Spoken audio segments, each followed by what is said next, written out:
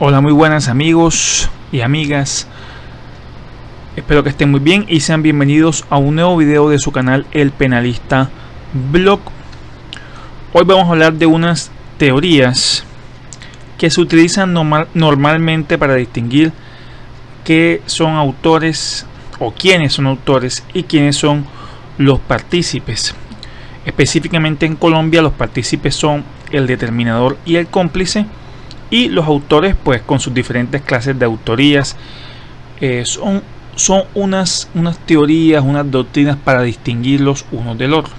Concretamente hoy vamos a hablar de la una, vamos a hablar desde la más antigua hacia adelante, si se me permite utilizar esa expresión, porque si no el video se haría muy largo. Inclusive trato de hablar poquito, trato de hablar resumido y aún así los videos se me hacen muy largos, entonces voy a tratar de acotar mucho más la información. Y hoy vamos a hablar de la primera teoría, una de las pioneras para determinar quiénes son autores y quiénes son partícipes. Y sin más preámbulos, comencemos con el video. La primera teoría, que es la que vamos a tratar aquí, es la llamada el concepto unitario de autor. Y como su nombre ya lo indica, esta teoría prácticamente no distingue, es decir, consiste en darle el tratamiento de autor del crimen, del delito, a prácticamente todos los intervinientes, todos los participantes que hayan puesto una condición, un aporte en ese iter criminis, en ese camino que lleva al delito. De ahí su nombre de concepto unitario de autor. No distingue básicamente entre autores y partícipes. Y bueno, ustedes me dirán, si estas teorías son para distinguir, ¿cómo es que la primera no distingue? Bueno, porque fue así como se fue desarrollando el concepto y se dieron dando cuenta de que esta primera teoría tenía ese gran problema de que no distinguía, y más adelante se le fueron haciendo pequeñas mejoras, no que la hicieron lo mejor del mundo, no, pero que nos fueron llevando hasta lo que tenemos hoy en día. Entonces, esta teoría nace a partir de la denominada teoría de la equivalencia de las condiciones de este autor Bunbury, entre otros autores que también trabajaron con esta tesis. Y esta frase de la equivalencia de las condiciones viene siendo el fundamento de esta teoría, de este concepto unitario de autor. ¿Qué quiere decir la teoría de la equivalencia de las condiciones? Pues es muy sencillo. Dice que todo aquel que interpone una condición para la producción del resultado es igualmente causal respecto del mismo. ¿Qué quiere decir esto, señores y señoras y señoritas?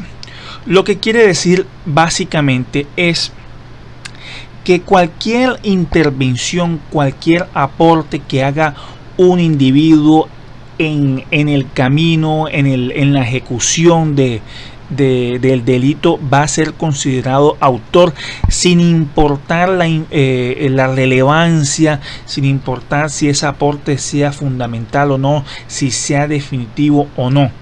Por ejemplo, cuando A mata a B con un cuchillo, no solamente el responsable del homicidio sería A, sino que también tendríamos que ir por la persona que le vendió el cuchillo a A, quien se lo proporcionó. Es decir, el vendedor, si lo compró en una tienda, el vendedor de la tienda también es culpable del homicidio. Y tenemos que ir más atrás. Por ejemplo, la persona que forjó los materiales para hacer el cuchillo también es culpable. La persona que desarrolló la madera, la base, el plástico, etcétera, con lo que se hizo el cuchillo, todos son culpables. Por eso es que dicen que esta teoría nos retrocede hacia atrás de manera infinita. Es decir, tenemos que buscar cualquier aporte que se hizo, por más insignificante que sea, y tenemos que decir que es autor, que es responsable. Es decir, nos lleva un retroceso ad infinitum, hacia el infinito. Y como ya se dije, no se puede distinguir entre causa y condiciones más importantes o menos relevantes que otras. ¿Qué quiere decir? ¿Cómo distinguimos esta palabrita de causa y condición? Bueno, causa es lo que produce, lo que causa, valga la redundancia, un resultado. Es decir, es ese factor que tiene ese nexo de causalidad, ese nexo de determinación para producir un resultado. Es decir, es ese aporte que tú sabes que produce el resultado y no lo causó otra cosa sino ese. Y una condición puede ser, si lo puedes entender de esa forma, una condición, a diferencia de la palabra causa, es un aporte que se hace que puede ser más o menos relevante y que no con seguridad es el que tiene ese nexo directo con lo que causó el resultado. Pero eso es lo importante, que según esta teoría no podemos distinguir, es decir, causas y condiciones siguen siendo lo mismo, se les da el mismo tratamiento de autores. Hablando un poquito más de esta teoría de la equivalencia de las condiciones, tenemos que decir que no es posible distinguir entre los diferentes intervinientes en el delito, porque todos ponen una condición para que se produzca el resultado y todas las condiciones se tratan de la misma manera por ser, según esta teoría, de igual importancia. No es que lo sea realmente, es según esta teoría. Por lo anterior, todos están sometidos a la misma sanción. Pues es lógico, ¿no? Si para esta teoría todos los aportes son iguales, todos son autores, todos son responsables del homicidio, por ejemplo, del delito, pues lo más natural es que así, como son iguales en el delito, también sean iguales en la pena y todos estén sometidos a la misma pena, a la misma sanción. Lo que se pudo hacer en esta teoría fue clasificar al autor por colaboración, autor por determinación, autor por apoyo, etcétera. Es decir, nada más enredado, nada más complicado. Aquí se hizo una mezcla total entre los cómplices y los autores, y por eso es que se dice que autor por colaboración, es decir, actualmente se dice que el cómplice es el que presta una colaboración, y fíjense cómo en esa época se hablaba de autor por colaboración, es decir, es como si se hiciera una mezcla extraña, causal entre el autor y el cómplice. También se habla del determinador hoy en día como un partícipe, es decir, como un sujeto diferente del autor, y en aquella época se hablaba de autor por determinación, es decir, otra mezcla, y así sucesivamente, autor por apoyo, autor por incitación, por sugestión, como quieran decirle. Ahora viene otra teoría, pues que nace del seno de la anterior, ¿no? Que es la llamada el concepto extensivo de autor. Nace de la raíz de la anterior, del concepto unitario. ¿Por qué? Porque este concepto extensivo sigue trabajando con la teoría de la equivalencia de las condiciones, pero ya aquí empiezan a precisarla con otro criterio, el criterio de la conditio sine qua non, que ya lo voy a comentar más adelante, pero leamos primero esto. Las normas ya empiezan a distinguir entre autores y partícipes. Ojo, las normas, es decir, las leyes, el código, pero no quiere decir que porque se incluye en el código la distinción sea eficaz o sea correcta. Se siguen cometiendo muchos errores, es decir, aquí el código ya distingue partícipe e interviniente, son los que no causan el resultado, sino los que prestan un apoyo, y como su apoyo, su aporte es menor en importancia, entonces se le rebaja la pena, según lo que decían más o menos las normas, pero su aplicación era más difícil. No obstante, como no se podía distinguir desde el factor objetivo, fue necesario acudir al factor subjetivo, como con las teorías del animus auctoris y el animus soci. ¿Qué quiere decir esto? Como en el plano objetivo, en el plano del objeto, en el plano de la realidad, en el plano exterior del mundo real, del mundo causal, como quieras decirle, no es posible distinguir porque el fundamento sigue siendo el mismo, es decir, todos los aportes son autores.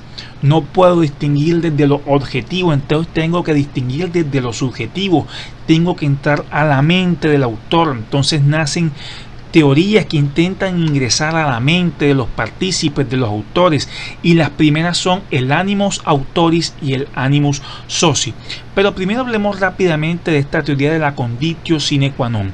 Es una teoría, es un criterio que intentó que la teoría de la equivalencia de las condiciones no se fuera hacia el retroceso infinito, es decir, intentó ponerle una restricción para que no fuera hacia atrás infinitamente. Y esta conditio sine qua non decía que ¿cómo podemos distinguir una causa de una condición? Es decir, una causa de resultado. Pues si suprimimos mentalmente esa causa, si al suprimirla mentalmente el resultado también desaparece, estaremos ante la causa del resultado, ante la causa del delito. Por ejemplo, si suprimimos mentalmente el hecho de que B le presta el cuchillo a A, entonces A ya no tendría el cuchillo para asesinar a B. Tenemos que decir que el hecho de suprimir ese préstamo también suprime el homicidio, por lo tanto el préstamo también es causa del homicidio. Es decir, es como tratar de ponerle como un coto, un límite a esa teoría de la equivalencia de las condiciones, pero como ya lo escucharon en este ejemplo, si se me permite decirlo, sigue teniendo problemas en su interpretación. Es decir, porque no sabemos en cada caso qué causa es esencial, qué causa es fundamental, y se pueden confundir todavía condiciones que de pronto unos consideran que son esenciales, que se pueden suprimir, que no se pueden suprimir, etcétera. Pero retomando, bueno, eso lo podemos mencionar en otro video, pero retomando ya este tema de las teorías subjetivas, tenemos que decir, ¿cómo así que es eso de animus autoris para distinguir un autor de un partícipe? Pues el animus autoris decía que era autor quien tuviera el ánimo de ser autor, y el animus soci, que es como un concepto ya bastante que se utiliza en el derecho comercial, dice que quiere ser partícipe o quiere ser cómplice, para que se entienda más claramente, quien tenga la intención de ser cómplice. Mira cómo intentan entrar en la teoría, en la subjetividad de los participantes. Aquí hay dos teorías más. Una es la teoría del dolo y la teoría del interés. La teoría del dolo decía que el cómplice depende de la voluntad del autor, es decir, depende del dolo del autor, está subordinado a su decisión. El cómplice depende de la decisión del autor, el autor viene siendo el principal. Eso es lo que dice la teoría del dolo, para que puedas distinguir el autor del cómplice o el determinador. Y la teoría del interés decía que el autor persigue un interés propio y el cómplice persigue un interés ajeno, lo que llevó a cometer graves errores que trastocaron la realidad. El famoso caso de la bañera, para comentarles rápidamente, es ese caso pues que ya algunos conocerán, donde dos hermanas quedan embarazadas, sus padres eran muy estrictos, las atacaban mucho, eran muy conservadoras, si se me permite la expresión. Entonces, ¿qué pasa? Una de las hermanas logra abortar, logra no tener ese hijo, pero la otra hermana quedó embarazada, tiene el hijo. Una vez ya nace, pues se ve presionada por el miedo de que su familia la descubra, por el miedo también. Entonces su hermana la presiona. Entonces, ¿qué pasa? La madre del bebé convence a su hermana de que ahogue a su hijo en una bañera. Es decir, la madre no puede hacerlo por sí mismo, no tiene corazón para eso, pero por el miedo que le produce toda la represión que le puede caer encima, le dice a su hermana, la convence para que sea quien ahogue a su hijo. Entonces, ¿qué pasa? La hermana lo hizo no en interés propio, no, lo hizo en interés de ayudar a su otra hermana.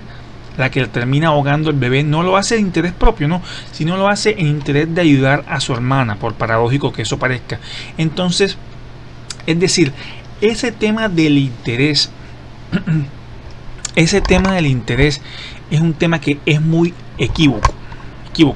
Y discúlpeme si de pronto el ejemplo no fue muy claro, la verdad fue que tuvo un pequeño lapsus ahí a la hora de relatarlo, pero bueno, es lo que les quiero dar a entender, de que el tema del interés es equívoco. No es algo definitivo, es decir, no porque una persona tenga un interés quiere decir que es autora, o porque tenga un interés ajeno quiere decir que no pueda ser autora. Por ejemplo, el sicario, cuando recibe un dinero para asesinar a una persona, muchas veces no tiene un interés propio, lo hace en interés ajeno, pero todos sabemos que los sicarios son autores en la gran mayoría de los casos, por dar una definición. Ahora, las teorías subjetivas fallaron por todo lo que venimos diciendo anteriormente, porque la distinción entre autor y partícipe debe hacerse en un fundamento objetivo, pues todo este tema del interés ajeno se puede ser autor y viceversa.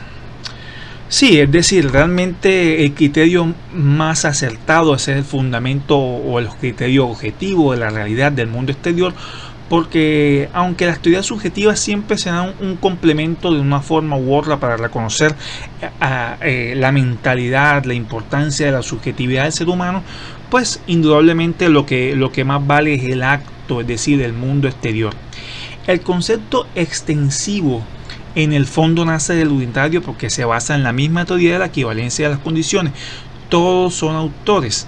Solo que aquí se empieza a intentar distinguir en las normas. Ahora, ¿cómo llevamos eso a la práctica? Pues con las teorías subjetivas ya sabemos cómo terminaron, cómo se equivocaron esas teorías subjetivas y todo lo que pasó. Entonces, para no hacer más largo este video, lo dejo hasta aquí. Espero que nos haya servido de algo. Si te gustó, por favor dale like y suscríbete, sería de gran apoyo. Y bueno, seguimos adelante, así sea de poco a poco, seguimos trabajando para poder mejorar cada día. Espero que estés muy bien, que te haya gustado la información y te mando un abrazo. Nos veremos en la próxima. Chao, chao.